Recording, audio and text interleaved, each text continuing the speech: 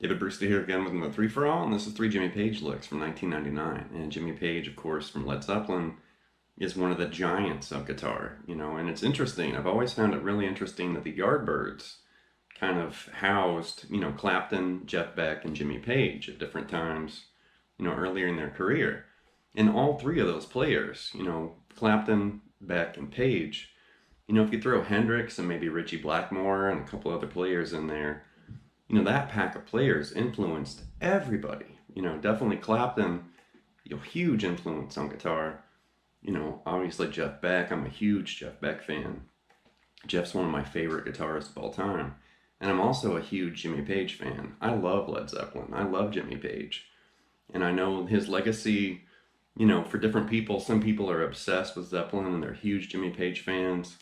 Some people aren't really that big into Zeppelin and they don't really like Jimmy Page, and I've always, been kind of confused by that, but it's personal preference and taste and choice. And that's cool. But for me, Jimmy Page opened a big door, exotic tunings, acoustic guitar, unusual chords and progressions, and then this, really biting blues rock, lead style and the riffs and the fills and all that stuff. I mean, technically Led Zeppelin was before my time.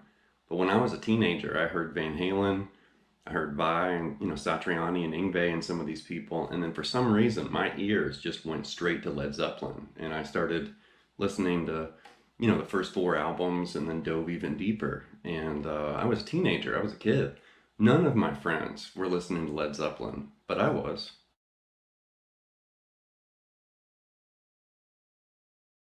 So I just shared that image with some of the, musicians and groups that he's worked with, either, live appearances or recording, and also session work. And that's a big thing, early in Jimmy Page's career, he did a lot of session work, a lot more than most people even realize, with the Kinks and Donovan and all these different people. And I've always found that really interesting. Before his career really exploded, he was already a noteworthy guitarist and respected, and all those session, and studio appearances, and then the Yardbirds, and then Led Zeppelin.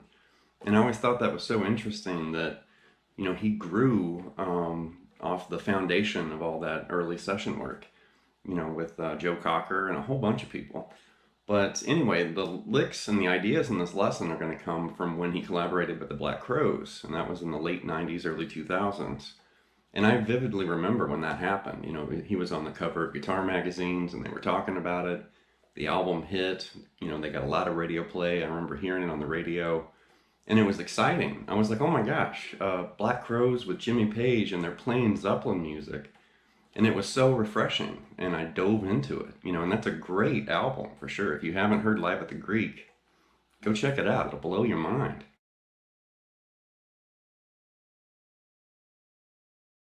And I do remember, kind of reading up, whenever that collaboration ended. And it did seem like, I think they cut their tour short. They only played like 15 gigs or something, and they were supposed to play like 50 or 55 or whatever. So they only played like a fourth of what they were supposed to live. And I do remember that there was speculation that Jimmy Page was having some back issues, so he pulled out of the tour. And then later, years and years and years later, I kind of checked in with that story again, and I noticed that his backstory had kind of disappeared. And then I saw some interviews and comments where he was complaining about the Robinson brothers, and they were kind of rude to him. And that changed my perspective of the whole thing. I thought, wait a minute, those guys were kind of rude to Jimmy Page?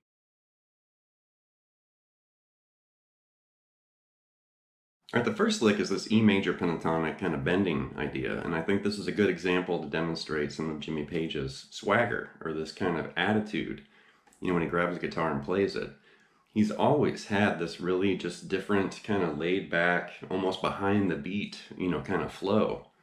And I think that might have been from years of playing with John Bonham, because John Bonham did that a lot too on drums, where he would nail the beat, but then sometimes he would lay back, and really cool. But something like this. Short and sweet, but one more time. And there you can see we're in E major pentatonic. And he's really just grabbing this 4-note pattern here. But I I like how he bends that F sharp up a half step and then a whole step. And he's basically mimicking this, but he's doing it with bends.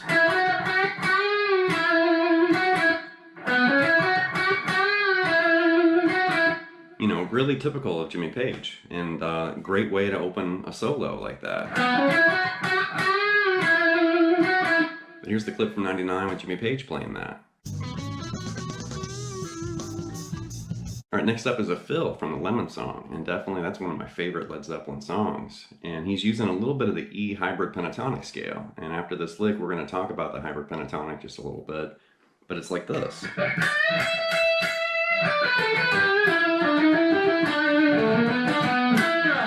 One more time there.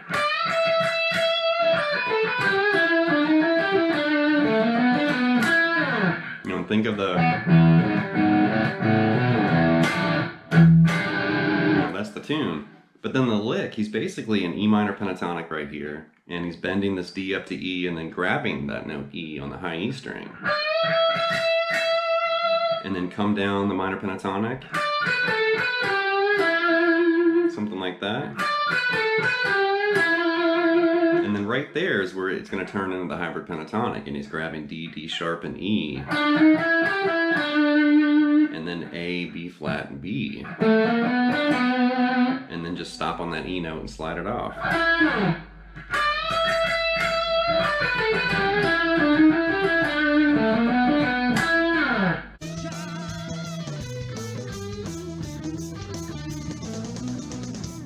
Alright, the hybrid pentatonic scale, and I am going to devote Scales and Tales episode to this in the very near future too, because it is very, very common. Obviously we're talking about Jimmy Page, but you can hear Jeff Beck and Van Halen and a whole bunch of players, Stevie Ray Vaughan. There's a ton of guitarists that have dipped into hybrid pentatonics. So what I want you to think of is the E minor pentatonic box right here.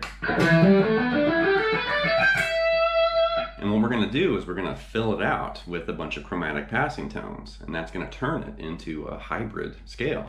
So there's a lot of different hybrid pentatonics. There's more than just one, because it's almost like adding seasoning to a soup or a meal. You know, you can add as much as you want, and it's going to spice up the sound of that scale. But you don't want to overdo it. You know, you don't want to just dump a whole thing of salt, you know, into your scale. You want to kind of pick and choose, like when you dive into hybrid and then when you move back to just the regular pentatonic or another scale. But what we're going to do here is think of that box, and there's the, you know, the root and the minor third. And then on the A string, add that flat 5, that B flat right there. And then on the D string, you're going to add the major 7th, which is that D sharp. Now on the G string, you have this kind of choose your own adventure moment, because there you have the minor third, major third, the 4th, and the flat 5 all in a row. So you don't really want to do that, you know, consecutively, but you want to remember that those notes exist right there, because you might, you know, want to target the major third, or you might want to target the flat 5. It just depends on what you're doing. So right there, just go ahead and walk up chromatically. And then on the B and the high E, we're basically doing this, which is going to kind of signal Dorian. Because there you got B, C sharp, and D, and then E, F sharp, and G. So there's a little pattern right there.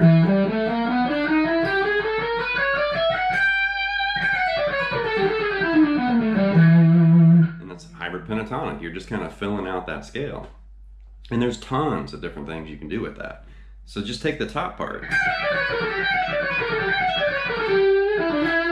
It's really, really common to see that pattern.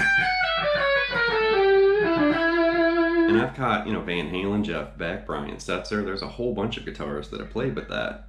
I think when Beck was playing with it, he was doing it down here. And it kind of adding that little sequence in there.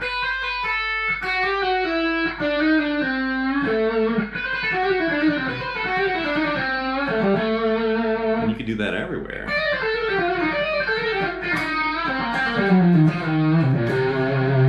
But I like that, you know, sequence of notes. And then this middle section, you can kind of think of Ace Frehley, of course Jimmy Page, and a bunch of people too.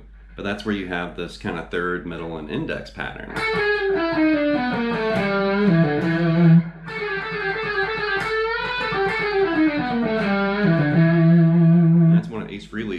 favorite little areas right there to kind of move around when he was playing with Kiss. And of course, Ace Frehley's a huge Jimmy Page fan, so he learned that from watching and learning, you know, Jimmy Page solos. Once again, you can make a ton of licks and phrases. Just make sure that you don't add all of those notes at the same time. You just want to kind of pick and choose when you're going to add, you know, some of those notes from the hybrid pentatonic. And you could do phrases like this. Just make simple little, you know, licks and phrases like that.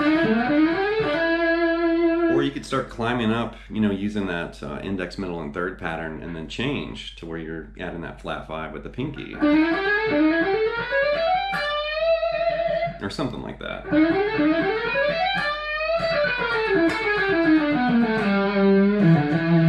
But think of Jimmy Page and Billy Gibbons and Jeff Beck and Ace Frehley and all these different players, and you'll find those hybrid pentatonic licks hiding in their solos and their licks. The next lick is the opening to the guitar solo from a very famous Led Zeppelin song. Let's see if you can spot this. Something like this.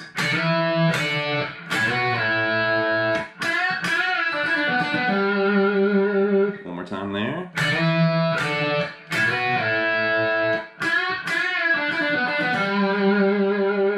You know, pretty famous stuff. And there's also a Paul McCartney, like Wings era song that has a guitar solo that starts almost the exact same way. But we're starting with this double stop slide, you know, 10 to 12, and then pick the 10 again. And then slide 5 to 7, but don't pick the second time. You know, just slide through it. And then right there, grab this E note, and we're basically, you know, going to line up this G triad right here, arpeggio. But you're going to grab this E, bend it up, and then bend and release. And then, and right there, we're literally just targeting that G triad.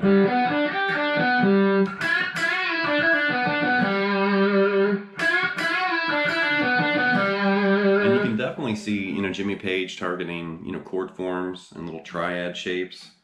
David Gilmour, Slash, Van Halen. There's a whole bunch of players that target those little chord fingerings, but they do it in a melodic or lead, you know, style. So one more time with this phrase.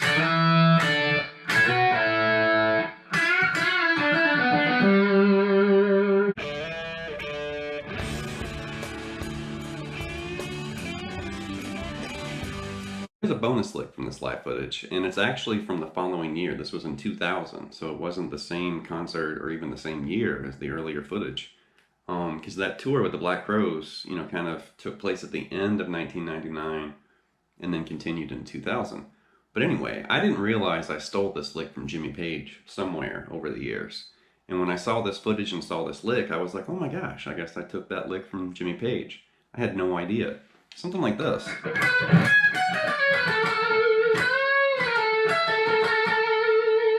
One more time.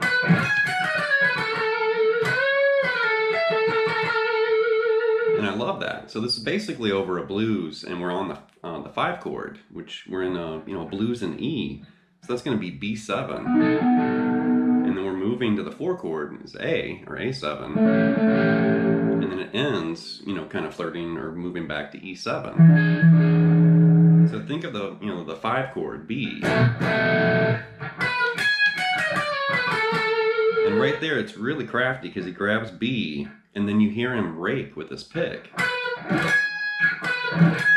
And he's raking, you know, into that, that G sharp right there on the high E string. Then grab F sharp, and then you're going to come down chromatically on the B string. Like that. And then grab this B and go back to that A.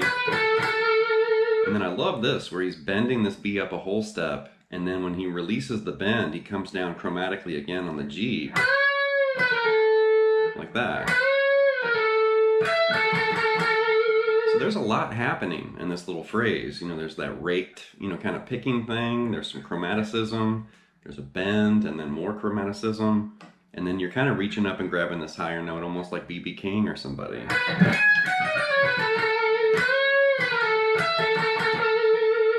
Really cool.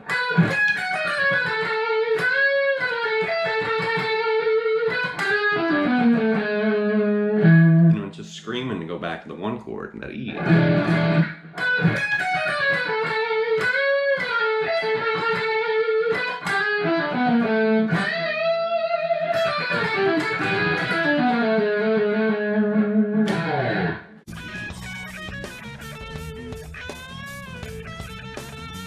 It's going to wrap this look at 3 Jimmy Page licks from 1999, and it should be pretty obvious once again, I'm a big fan of Jimmy Page. I've been following him and, influenced by him since I was a teenager, like 14 or 15 years old, whenever I discovered him. And I don't know, he's been very important to me. I've talked to a lot of other guitarists that, they felt he was very important to them. And then I've also talked to people that just don't like Led Zeppelin. And they're like, nah, they ripped off a bunch of blues musicians, or it's noisy, or I don't like the singing, I don't like the drums, or whatever. But it's like, no, I'm obsessed. Or maybe not obsessed, but I'm a huge Zeppelin fan. I don't have Houses of the Holy tattooed on my back or anything like that. I'm not that big of a fan. But I respect, all 4 members of the band. And obviously Jimmy Page. I've read books about him. I've definitely read a lot of interviews and things like that, magazines or whatever over the years. And there's just this really just unusual and different and inspiring aura or allure, with his music and his ideas. It's different, And I do love Clapton. But Clapton's kind of straightforward. You don't really get a lot of surprises with Eric Clapton. You know what he's going to do, you know what he's going to play, and he does it and he plays it.